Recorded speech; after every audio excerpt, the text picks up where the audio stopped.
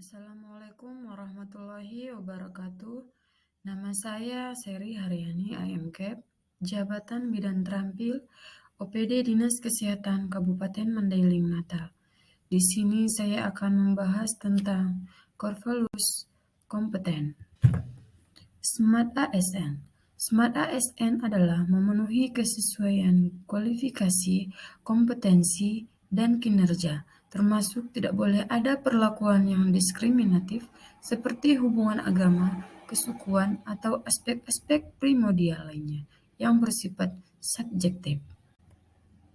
Karakteristik Smart ASN. Yang pertama, integritas. Yang kedua, profesionalisme. Yang kedua, nasionalisme. Yang keempat, wawasan global. Yang kelima, hospitality. Yang keenam, networking. Yang ketujuh, penguasaan teknologi dan bahasa asing. Yang kedelapan, entrepreneurship. Pengertian kompeten.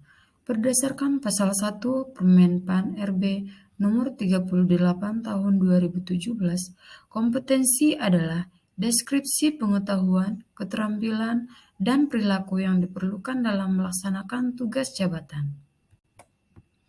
Kompetensi ASN ada 3. Yang pertama, kompetensi teknis, yaitu kompetensi yang dimiliki oleh ASN. Yang kedua, kompetensi manajerial yang diperoleh dari pelatihan-pelatihan. Yang ketiga, kompetensi sosial. Berdasarkan Peraturan Pemerintah Nomor 11 Tahun 2017, Pasal 210 sampai dengan Pasal 212, pengembangan kompetensi dapat dilaksanakan sebagai berikut. Yang pertama, mandiri oleh internal instansi pemerintah yang bersangkutan. Yang kedua, bersama dengan instansi pemerintah lain yang memiliki akreditasi untuk melaksanakan pengembangan kompetensi tertentu. Yang ketiga, bersama dengan lembaga pengembangan kompetensi yang independen. Selanjutnya dalam pasal 214 Peraturan Pemerintah yang sama dijelaskan bahwa pelaksanaan pengembangan kompetensi teknis dilakukan melalui jalur pelatihan. Yang kedua, pelatihan teknis dilaksanakan untuk mencapai persyaratan standar kompetensi, jabatan, dan pengembangan karir. Yang ketiga, pelaksanaan pengembangan kompetensi teknis dapat dilakukan secara berjenjang. Jenis dan jenjang pengembangan kompetensi teknis ditetapkan oleh instansi teknis yang bersangkutan. Yang keempat, pelatihan teknis diselenggarakan oleh lembaga pelatihan terakreditasi. Yang kelima, akreditasi pelatihan teknis dilaksanakan oleh masing-masing instansi teknis dengan mengacu pada pedoman akreditasi yang ditetapkan oleh LAN.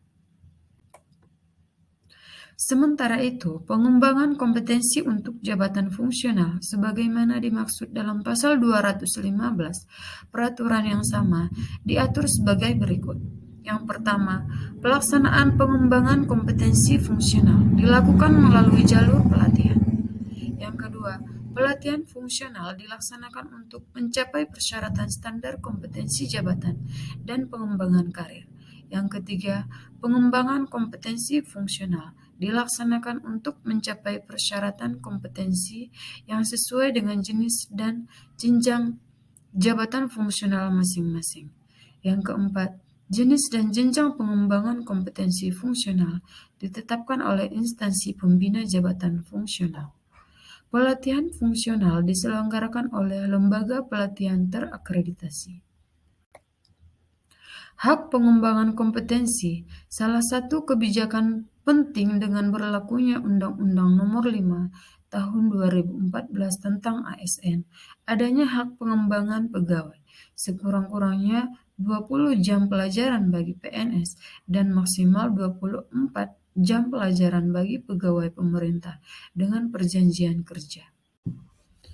Pendekatan pengembangan kompetensi terdapat 2 pendekatan pengembangan. Yang pertama, klasikal. Optimalisasi hak akses pengembangan kompetensi dapat dilakukan dengan pendekatan pelatihan. Sedangkan non-klasikal, kegiatan pengembangan kompetensi dapat dilakukan di alam bebas, di tempat kerja atau sistem jarak jauh. Undang-Undang Nomor 5 Tahun 2014 tentang ASN, adanya hak pengembangan pegawai, sekurang-kurangnya perilaku kompeten. Yang pertama, berkinerja dan berakhlak. Terkait dengan perwujudan kompetensi ASN dapat diperhatikan dalam Surat Edaran Menteri Pan-RB Nomor 20 Tahun 2021 dalam poin 4, antara lain disebutkan bahwa panduan perilaku atau kode etik kompetens, yaitu meningkatkan kompetensi diri untuk menjawab tantangan yang selalu berubah. Yang kedua, membantu orang lain belajar. Yang ketiga, melaksanakan tugas dengan kualitas terbaik. B.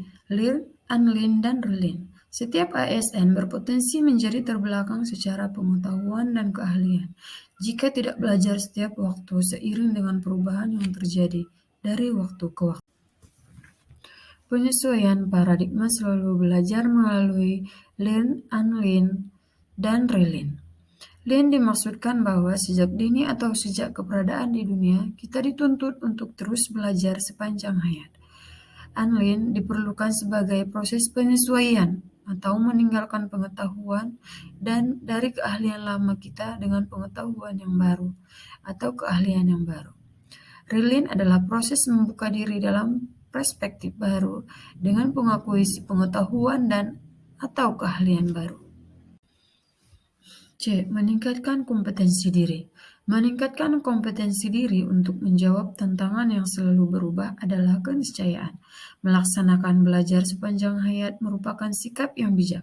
Setiap orang termasuk ASN selayaknya memiliki watak sebagai pembelajar sepanjang hayat yang dapat bertahan dan berkembang dalam orientasi ekonomi pengetahuan atau knowledge economy. Melakukan kerja terbaik. Pengetahuan menjadi karya sejalan dengan kecenderungan setiap organisasi, baik instansi pemerintah maupun swasta, bersifat dinamis, hidup dan berkembang melalui berbagai perubahan lingkungan dan karya manusia. Membantu orang lain belajar. Sosialisasi dan percakapan melalui kegiatan morning tea atau kafe, termasuk bersosialisasi di ruang istirahat atau di kafetaria kantor, seringkali menjadi ajang transfer pengetahuan.